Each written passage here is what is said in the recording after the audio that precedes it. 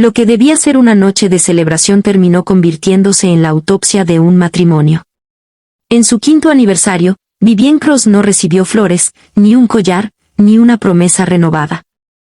Recibió papeles de divorcio y un cheque de $5,000, como si toda su vida con Grant Sterling pudiera reducirse a una cifra miserable y una firma apresurada. Aquella noche no solo perdió a su esposo. Perdió su nombre, su lugar en el mundo y la versión de sí misma que había construido alrededor de él. O al menos, eso creyó Grant. Porque 5 años después, la mujer que él echó de su lado como si fuera un estorbo volvió. Ya no como la esposa discreta que esperaba sentada en un restaurante de lujo, sino como la multimillonaria enigmática que podía hundirlo con una llamada y comprar la empresa que él había jurado que jamás tocaría a nadie. Esta es una historia de traición, de reconstrucción despiadada, de poder corporativo y de una venganza tan elegante como brutal. Abróchate el cinturón. La atmósfera en Le Couteau estaba cargada de perfume caro, vino añejo y ese silencio arrogante que solo existe en los sitios donde la riqueza ya no necesita presumirse. Pero para Vivienne, aquella noche el aire olía a despedida. Había llegado temprano. 15 minutos antes, como siempre. Llevaba el vestido verde esmeralda que a Grant le encantaba porque decía que hacía juego con sus ojos. Tenía entre las manos una pequeña caja de terciopelo. Dentro había un reloj Patek Philippe antiguo, una pieza que había comprado tras ahorrar durante 3 años. Para poder pagarlo, había vendido el anillo de compromiso de su abuela. No era solo un regalo. Era una tregua. Un intento por rescatar algo del hielo que se había instalado entre ellos desde que Sterling Dynamics salió a bolsa y Grant empezó a comportarse como si hubiera nacido rico en lugar de haber construido todo desde una cochera mal iluminada. Grant llegó tarde. 20 minutos tarde. No se disculpó. Ni siquiera se sentó. Se quedó de pie junto a la mesa, impecable en su traje a medida, con esa apariencia de hombre intocable que tanto gustaba a las revistas. Su mandíbula parecía tallada con bisturí. Su expresión, en cambio, estaba vacía. Grant, dijo Vivienne, levantándose apenas de la silla. Feliz aniversario. Él ni siquiera la dejó terminar. Con un gesto llamó a alguien que esperaba cerca de la entrada. Era Simon Crest.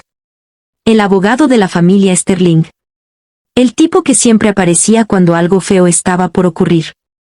Simon se acercó, dejó sobre la mesa un sobre grueso color crema y retrocedió como si no quisiera mancharse con la escena. Vivienne miró el sobre. Luego a Grant. ¿Qué es esto? Grant revisó su teléfono antes de responder, como si esa noche fuera un trámite más en su agenda. Se acabó. Voy a pedir el divorcio. Simon preparó un acuerdo para que esto no se convierta en un escándalo.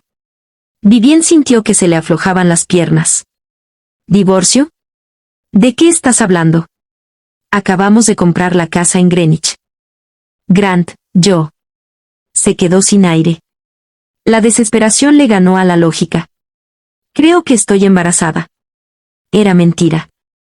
O más bien, un deseo pronunciado con el pánico de quien necesita un segundo más, una oportunidad más, una mirada más.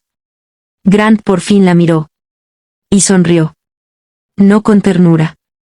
Con desprecio. No te humilles, Vivienne. Hace 6 meses que no te toco. La frase le cruzó el pecho como un filo. Además, continuó él, acomodándose el puño de la camisa, ya no encajas. ¿Encajar en qué? En mi vida. En la marca. En lo que viene. La palabra marca quedó suspendida entre ambos como una bofetada. Grant habló entonces de expansión, de defensa global, de nuevos mercados, de imagen, de influencia, de círculos de poder. Dijo que necesitaba a alguien que entendiera ese nivel. Alguien con apellido, con clase, con pedigrí. No, según él, la hija de una bibliotecaria de Ohio, que nunca aprendió a manejar una cena de gala ni a distinguir el tenedor correcto. Luego dio el golpe final. Jessica Vane lo esperaba en el coche. Jessica Vane. Heredera, portada de revista, sonrisa perfecta, fortuna marítima, apellido de colección.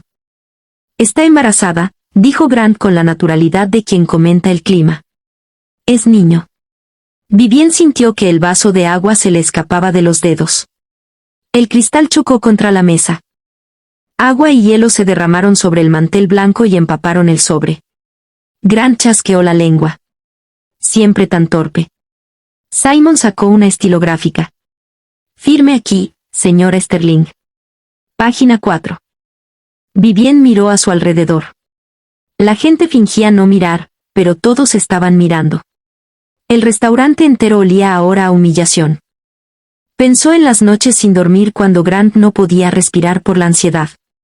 En los días en que ella programaba mientras él hacía presentaciones. En los contactos que ella había conseguido.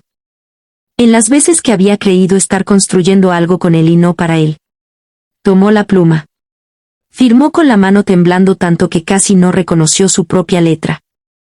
Grant tomó los documentos de inmediato. Bien. Hay un coche esperándote afuera. No vuelvas al Penthouse. Tus cosas ya están en un almacén en Queens. Y se fue. Así, sin mirar atrás. Vivien permaneció inmóvil unos segundos, sentada entre platos intactos y sueños hechos pedazos. Luego se levantó, abrió la cajita de terciopelo, miró el reloj que había comprado para él y lo dejó caer en el cubo de basura más cercano. Después salió bajo la lluvia sin paraguas y sin destino. Los meses que siguieron fueron una caída lenta. Un motel barato. Un almacén frío. Una cuenta bancaria bloqueada. Llamadas sin respuesta. Amigos que desaparecieron. Gente que antes brindaba en su comedor y ahora ya no la reconocía. Grant no solo se había divorciado de ella. La había borrado. Terminó viviendo en un estudio semisótano en Astoria, con olor permanente a humedad y sopa recalentada. Consiguió trabajo en el turno nocturno de una empresa logística, ingresando datos durante horas hasta que las cifras le ardían detrás de los ojos. Tenía 27 años. No tenía título universitario. Había abandonado la carrera para ayudar a Grant. No tenía contactos. No tenía familia útil. No tenía nada. Y, sin embargo, hay un momento en que el dolor deja de parecerse a la tristeza y empieza a endurecerse. Como el yeso. Como el cemento. Como la rabia cuando se queda demasiado tiempo dentro del cuerpo. Eso fue lo que ocurrió con Vivien. No se rompió del todo. Se volvió afilada. Una tarde lluviosa de noviembre recibió una carta extraña. Papel grueso. Sello de cera. Remitente de un bufete en Zúrich. Estuvo a punto de tirarla. Pensó que sería una estafa. Pero dentro venía un billete de avión en primera clase y una notificación formal: un hombre llamado Alistair Cross había muerto, y ella figuraba como su única heredera viva. No reconoció el nombre. Su padre siempre había evitado hablar de la familia. Decía que venían de gente peligrosa. Ambiciosa. Que lo mejor era no buscarlos nunca. Vivien, que ya no tenía nada que proteger, tomó el avión. Zúrich la recibió con un cielo gris, edificios severos y esa sensación de orden antiguo que intimida sin esfuerzo. En la firma legal la esperaba Arthur Pendleton, un hombre de cabello plateado, modales impecables y una mirada capaz de desnudar mentiras. Le sirvió té antes de hablar. Le explicó que Alistair Cross era una figura marginal dentro de una dinastía financiera enorme. No porque hubiera fracasado, sino porque jugaba un juego distinto. No le interesaban los bancos tradicionales. Le interesaban los activos heridos, las empresas ignoradas, las patentes que nadie valoraba, el tipo de oportunidades que parecen ruina justo antes de convertirse en imperio. Compraba sombras, dijo Arthur. Vivien frunció el ceño. Arthur sonrió apenas. Activos en desgracia, si prefiere una versión menos poética.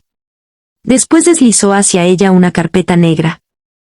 Dentro no había una herencia modesta ni un puñado de inversiones. Había una estructura gigantesca, participaciones silenciosas en corporaciones globales, minas, firmas biomédicas, fondos opacos y una sociedad llamada Obsidian Capital. Vivien tardó varios segundos en procesar la cifra. No eran millones. Eran miles de millones. ¿Por qué yo? Preguntó al fin, casi en un susurro. Arthur la observó con calma. Porque la estuvo mirando durante años. Sabía lo que usted hizo en Sterling Dynamics. Sabía quién escribió el algoritmo original cuando Grant se caía de borracho. Sabía quién negoció los contratos que salvaron a la empresa. Sabía que usted era el cerebro invisible. Vivien tragó saliva.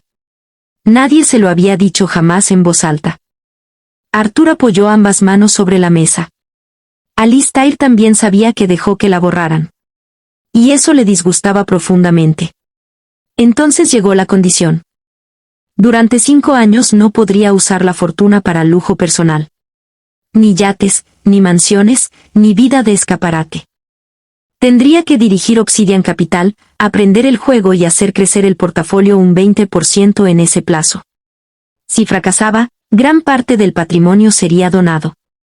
Vivien miró su reflejo en la ventana. Vio a una mujer agotada, mal peinada, vestida con un abrigo barato y rota por dentro. Pensó en el cheque de $5,000. Pensó en la sonrisa de Grant. Y dijo, no necesito 5 años. Lo haré en 3. Aquel día, en Suiza, no nació una heredera. Nació una depredadora. Durante los 3 años siguientes, Vivien desapareció del mapa social y apareció en el mapa del poder. Aprendió a leer balances como quien escucha confesiones. Compró deuda. Vendió humo de otros para quedarse con su acero. Entró en salas donde antes la habrían confundido con la asistente y salió de ellas siendo dueña de la mesa. Obsidian Capital creció con una velocidad que asustó a Wall Street. No invertía para acompañar. Invertía para tomar el control. Compraba compañías al borde del colapso y les arrancaba el corazón podrido para quedarse con lo que valía la pena. Nadie sabía quién estaba detrás. Solo conocían el resultado. Y mientras tanto, Grant Sterling vivía su propia ficción de éxito. Sterling Dynamics se había convertido en una estrella del sector defensa. El sistema Aegis, una plataforma militar de inteligencia artificial, era presentado como la próxima gran joya tecnológica. Grant aparecía en portadas. Era entrevistado como visionario. Jessica sonreía a su lado con un hijo pequeño en brazos y una elegancia estudiada al milímetro. Pero por debajo del barniz, la empresa se desangraba. El desarrollo de Aegis había costado muchísimo más de lo previsto. Grant había pedido préstamos enormes. Había apalancado la compañía hasta el cuello. Si no conseguía liquidez pronto, perdería el control. Necesitaba rescate. Y ese rescate parecía tener nombre, Obsidian Capital. La reunión se fijó en la suite presidencial del Mandarín Oriental. Grant llegó acompañado de Simon Crest y del director financiero. Iba confiado. Todavía creía que podía seducir a cualquiera con una sonrisa ensayada y un discurso sobre el futuro. La suite estaba helada. Frente a los ventanales, sentada en una butaca alta, había una mujer. No se giró enseguida. Solo habló. Llega tarde, señor Sterling. La voz era serena, controlada, casi glacial. Grant soltó una risa encantadora. El tráfico de Manhattan es un desastre. Pero créame, estoy deseando conocer a la mente detrás de Obsidian. La silla giró. Y Grant se quedó petrificado. La mujer que tenía delante era deslumbrante. Llevaba un traje blanco impecable, el cabello cortado en un bob asimétrico platino, gafas oscuras y una presencia que convertía el silencio en amenaza. No se parecía a la Vivien que él recordaba. Se parecía a una sentencia. «Puede llamarme Miss Cross», dijo ella. Grant recompuso la sonrisa. Explicó la necesidad de un préstamo puente. Habló de 500 millones. Ofreció el 5% de la compañía. La mujer soltó una risa breve, sin humor. ¿5%? Abrió una carpeta. Empezó a enumerar sus puntos débiles con una precisión quirúrgica. La deuda. Los sobrecostes. La renuncia del vicepresidente de ingeniería. Los rumores sobre Jessica. La fragilidad de su posición real. Grant sintió que el suelo empezaba a moverse. No me interesa el 5%, dijo ella. Quiero el 40%. Simon explotó primero. Eso es absurdo. Querría el control del consejo. Exactamente, respondió Miss Cross sin alterarse. Luego remató. Además, esta mañana compré la nota de su deuda con el banco japonés. El color abandonó el rostro de Grant. ¿Compró mi deuda? Ella inclinó apenas la cabeza. Compré su problema. Y ahora también le compré el tiempo. Grant ya no sonreía. ¿Quién demonios es usted? La mujer se quitó las gafas. Sus ojos eran verdes. Inconfundibles. La identidad le cayó encima como un ascensor roto. Hola, Grant, dijo Vivien. Feliz aniversario. El silencio en la habitación cambió de temperatura. Grant la miró como si estuviera viendo un fantasma vestido de diseñador. Luego intentó refugiarse en la burla. ¿Qué es esto? ¿Ganaste la lotería? ¿Te disfrazaste de ejecutiva? Vivien no reaccionó. Si sales por esa puerta, dijo con una calma aterradora, activo la cláusula de incumplimiento. Y antes del almuerzo habrás perdido la empresa, el ático, el avión y tu participación de control. Simon revisó los documentos con manos sudorosas. Palideció. Grant, es real. Grant comprendió por primera vez lo que significa quedarse sin aire estando de pie. Vivien se acercó. No habló como una exesposa herida. Habló como una arquitecta revisando una obra defectuosa. Le recordó quién había escrito el código inicial. Quién había cerrado los tratos que salvaron a la empresa cuando nadie creía en ellos. Quién había sido el sostén mientras él jugaba a ser genio. Nunca fui la parte débil, le dijo. Fui la base. Y tú la dinamitaste. Él intentó rebajarlo todo a dinero. Le ofreció más. 10.000. 20.000. Como si pudiera comprar la historia completa con billetes. Vivien sonrió por primera vez. Pero no era una sonrisa amable. Sigues sin entender nada. Esto no es por dinero. Esto es por capacidad. Le puso delante las condiciones. Obsidian convertiría la deuda en el 40% de Sterling Dynamics. Tendría 3 asientos en el consejo. Ella asumiría un rol ejecutivo con poder real e inmediato. Grant quiso protestar. La voz le salió hueca. Simon ni siquiera levantó la vista. No había escapatoria. Grant tomó la pluma. Y mientras firmaba, la ironía llenó la habitación. 5 años atrás había sido la mano de ella la que tembló al rubricar su ruina. Ahora era la de él. Vivien cerró la carpeta. Nos vemos el lunes. Quiero la oficina de la esquina. La que está junto a la tuya. Hizo una pausa, como quien recuerda un detalle menor. Ah, y despide a la secretaria con la que te estás acostando. Da una imagen lamentable. La noticia del acuerdo explotó en el mercado. Sterling Dynamics había sido salvada por Obsidian Capital. La acción subió. Los rumores también. Pero el verdadero espectáculo comenzó en la gala del solsticio de invierno organizada por la familia Vane en el Met. Era el evento del año. Nadie de la élite faltaba.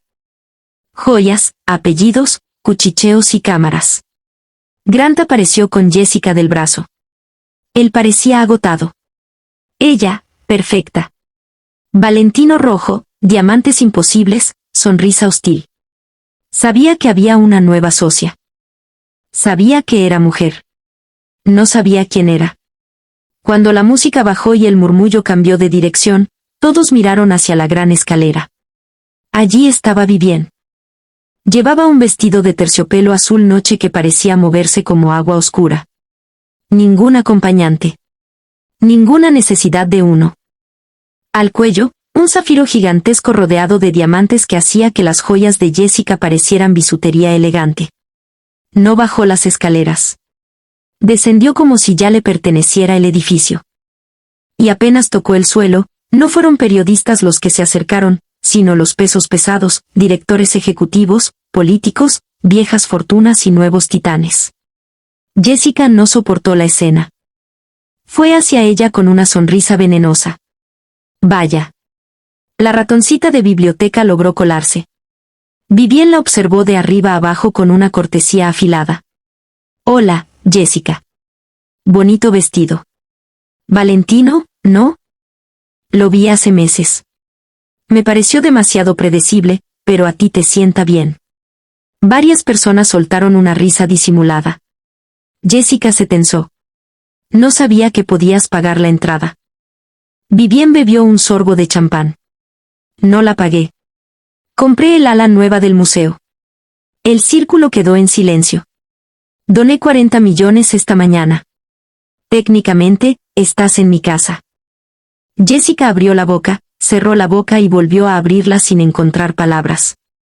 Entonces Vivien se acercó un poco más. Lo suficiente para que solo Grant y Jessica la oyeran. Habló del endeudamiento de la empresa naviera de los Vane. Del riesgo de sus bonos. De lo mal que sentaría que el principal acreedor decidiera exigir el pago anticipado. El brazo de Jessica se aferró al de Grant. «Haz algo», susurró, ya sin compostura.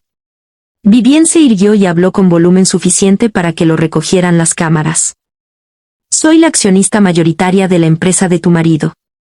Y el lunes voy a empezar a firmar lo que él cobre». Después miró a Grant como se mira un desastre contable. «Quiero los informes trimestrales a las 8 en punto. Y no llegues tarde». Luego se marchó entre un corredor de silencio y flashes. Grant comprendió entonces que ella no había vuelto a recuperar dinero. Había vuelto a cobrar una deuda moral. Y apenas estaba empezando. Lo que vino después no fue una guerra abierta. Fue algo peor. Una asfixia lenta. Vivien no gritaba. No hacía escenas. No necesitaba dramatizar. Tomaba decisiones, movía piezas y cerraba puertas. El efecto era devastador. Grant llamaba a un directivo, y el directivo ya había hablado con ella. Pedía un informe, y ella ya lo había corregido. Intentaba agendar un vuelo, y el avión estaba en mantenimiento. Quería imponer una estrategia, y el consejo pedía escuchar primero la opinión de Miss Cross. Vivien no ocupó la cabecera del poder. Hizo algo más inteligente, ocupó el punto desde el que podía inclinar toda la mesa. Cada reunión de consejo era una ejecución elegante. Señalaba gastos absurdos, contratos inflados, consultorías regaladas a amigos inútiles y campañas millonarias para productos que todavía no funcionaban. Grant seguía siendo el fundador. Pero ya nadie confundía ese título con autoridad. A mediados de febrero, estaba acorralado. La familia Vane se ponía nerviosa. Jessica estaba furiosa. Richard Vane empezó a llamarlo con tono cada vez más amenazante. Si no recuperaba el control, lo dejarían caer. Así que Grant hizo lo único que sabía hacer cuando no podía ganar limpiamente, decidió ensuciar el tablero. Se reunió con Simon en un bar de mala muerte de Hell's Kitchen, de madrugada, con olor a cerveza vieja y fracaso reciente. Simon ya estaba agotado. Grant le expuso el plan. Si no podían derrotar a Vivien en los números, la destruirían con un escándalo. Igis estaba vinculado a contratos sensibles. Bastaría con simular una filtración del código a un servidor en China y fabricar pruebas para que todo apuntara al portátil personal de Vivien. Con eso podrían acusarla de espionaje corporativo, hundir su reputación y expulsarla del consejo antes de que pudiera defenderse. Simon se quedó helado. Eso no es solo ilegal, Grant. Es suicida. Es supervivencia. Tenía un informático dispuesto a hacerlo. Un hombre al que había cubierto en el pasado. Todo, según Grant, estaba bajo control. Durante los días siguientes, actuó como un hombre derrotado. Llegó tarde, cedió en reuniones, bajó la cabeza. Incluso le llevó café a Vivien una mañana, murmurando que quería dejar atrás la guerra. Ella lo miró un segundo más de lo normal. No dijo que no le creía. Tampoco dijo que sí. El viernes por la tarde convocaron una reunión extraordinaria del consejo. La sala estaba llena. Inversores, abogados, representantes de la familia Vane, directivos, todos. Grant se puso en pie con un mando en la mano y una expresión de patriota herido. Anunció una crisis de seguridad nacional. Expuso registros de servidor. Mapas. Trazas de transferencia. Horarios. Direcciones IP. Todo apuntaba, según él, a que el código fuente de Aegis había sido filtrado a un servidor en Sensen usando las credenciales de Vivien. Simon repartió informes forenses falsificados. Hubo exclamaciones, sillas que crujieron, pánico instantáneo. Grant señaló a Vivien. No es una inversora. Es una ladrona. Pido votación inmediata para destituirla. Entonces ella habló. No se levantó de golpe. No golpeó la mesa. No fingió indignación. Solo dijo, antes de votar, quizá deberían ver el resto de la presentación. Grant frunció el ceño. Yo manejo el proyector. Vivien sacó una tableta. No. Tú manejas un mando. Yo manejo la red. La pantalla cambió. Desaparecieron los mapas. Apareció un vídeo de seguridad. Allí estaban Grant y Simon en la oficina de Grant, de noche, hablando del plan. Nombrando al informático. Explicando cómo plantarían la evidencia. Cómo culparían a Vivien. Cómo la mantendrían años atrapada en procesos judiciales mientras él retomaba el poder. La sala quedó muda. Grant se volvió hacia la pantalla y se vio a sí mismo cavando su tumba. Intentó decir que era un montaje, un defaque, una manipulación. Vivien por fin se puso de pie. Sabía que no aceptarías perder. Así que hace 3 semanas hice revisar todo el edificio. Encontramos a tu hombre. Y él prefirió colaborar conmigo antes que ir a prisión por ti. Luego añadió, consultando su reloj, también envié todo esto al Departamento de Justicia. De hecho, deben estar por llegar. Las puertas se abrieron en ese instante. Entraron agentes federales. El resto fue simple. Grant trató de hablar. Nadie quiso escucharlo. Simon se derrumbó antes de que lo tocaran. Richard Vane apartó la mirada como si Grant oliera a cadáver. Cuando las esposas cerraron sobre sus muñecas, el gran hombre de la década dejó de parecer una portada y empezó a parecer lo que siempre fue sin maquillaje, un oportunista desesperado. Grant buscó los ojos de Vivien una última vez. No encontró odio. Encontró cierre. Ella giró hacia el consejo mientras los agentes se lo llevaban. Ahora que hemos sacado la basura, pasemos a la página 4 del plan de reestructuración. La caída de Grant no fue rápida. Fue pública. Lenta. Meticulosa. Durante meses, el juicio ocupó titulares, tertulias y portadas. Simon aceptó colaborar para reducir su condena y abrió la caja negra de Sterling Dynamics. Salieron sobornos, informes falsificados, desvíos, trampas financieras y negligencias disfrazadas de genio empresarial. Pero el golpe final no lo dio la fiscalía. Lo dio Jessica. Subió al estrado vestida de negro sobrio, con la fragilidad perfectamente calculada de una mujer que sabe cuando una imagen vale más que un testimonio. Declaró que Grant la había manipulado, que jamás conoció sus delitos y que pediría la nulidad por fraude. Lloró. La prensa la adoró. El jurado detestó aún más a Grant. Cuando llegó la sentencia, fue demoledora. Años de prisión federal. Sin salida rápida. Sin rescate. Sin legado. Mientras él gritaba que había sido traicionado, que todo era una trampa, que Vivien era un demonio, las cámaras ya estaban siguiendo a otra persona. A la mujer del traje blanco que bajaba las escalinatas del juzgado sin sonreír, sin saludar y sin detenerse. Vivien Cross. Con Grant fuera del tablero, la empresa pudo ser desmantelada y reconstruida. Sterling Dynamics desapareció. En su lugar nació Crossroads Industries. Vivien tomó la tecnología de Aegis y mató su aplicación militar. Lo anunció en una rueda de prensa que dejó a Wall Street en silencio. No iban a usar esa inteligencia artificial para matar mejor. La iban a usar para detectar cáncer de páncreas y ovario en etapas tempranas con una precisión revolucionaria. El mercado esperaba castigo. Recibió una explosión. La acción subió. La opinión pública se rindió. Vivien pasó de ser una figura temida en finanzas a convertirse en el rostro de la tecnología ética. Portadas. Premios. Foros globales. Respeto real.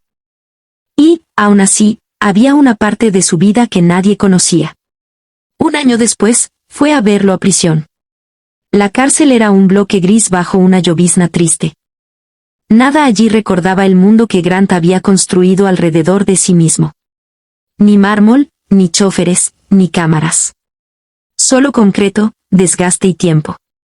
Grant parecía envejecido 2 décadas. El pelo rapado.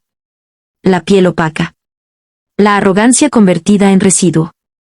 Se sentaron a cada lado del cristal. «Viniste», dijo él, con una voz que ya no imponía nada. «Solo para cerrar este capítulo», respondió ella.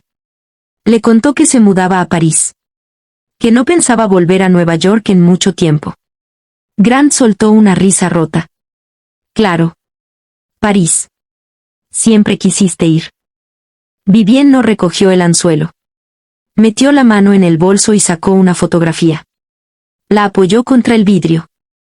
En la imagen aparecía un niño de unos 5 años, con cabello oscuro revuelto y unos ojos grises imposibles de confundir. Grant dejó de respirar. «¿Quién es?». La respuesta salió suave, pero le partió el alma. «Se llama Leo». Él tardó un segundo más en entender. Luego otro. Y después se derrumbó por dentro.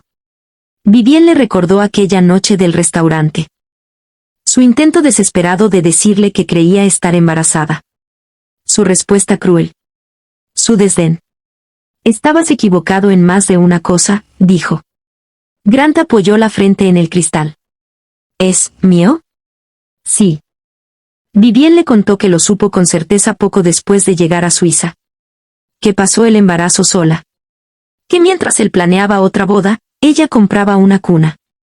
Que mientras él construía una nueva imagen, ella levantaba una nueva vida. Grant lloró. Ya no con rabia. Con pérdida. Quiso saber si el niño lo conocía. Si podía verlo. Si tenía derechos. Vivien lo frenó con la voz firme. No. En los papeles del divorcio, los que él firmó con prisa y soberbia, había cláusulas que lo alejaban de futuras reclamaciones. No leyó. No preguntó. Solo quiso deshacerse de ella cuanto antes. Había pagado el precio sin saberlo.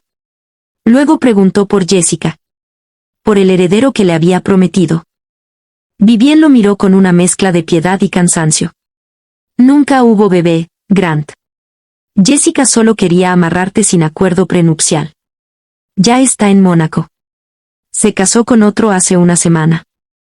Eso terminó de romper lo poco que quedaba en pie dentro de él. Le pidió la foto. Suplicó que se la dejara. Vivien negó con la cabeza. Mi hijo no es un recuerdo que puedas colgar en la pared cuando te convenga. Se levantó. Colgó el teléfono. Y se fue. Afuera, la lluvia había parado. En el coche la esperaba Leo. Se lanzó sobre ella en cuanto abrió la puerta. Olía a crayones, champú de fresa y hogar. Vivien lo abrazó con una fuerza que no tenía nada que ver con la venganza ni con la victoria. Tenía que ver con lo único que realmente importaba. El niño le enseñó un dibujo. Era una torre enorme y, en lo alto, una superheroína rubia. Eres tú, mamá. Estás salvando la ciudad. Vivien sintió el nudo en la garganta. Le besó la frente y lo acomodó en el asiento. Sí, amor. Ya la salvamos. Ahora nos toca irnos a París. Mientras el coche arrancaba, su teléfono vibró varias veces con alertas y titulares. Forbes. Rankings. Poder.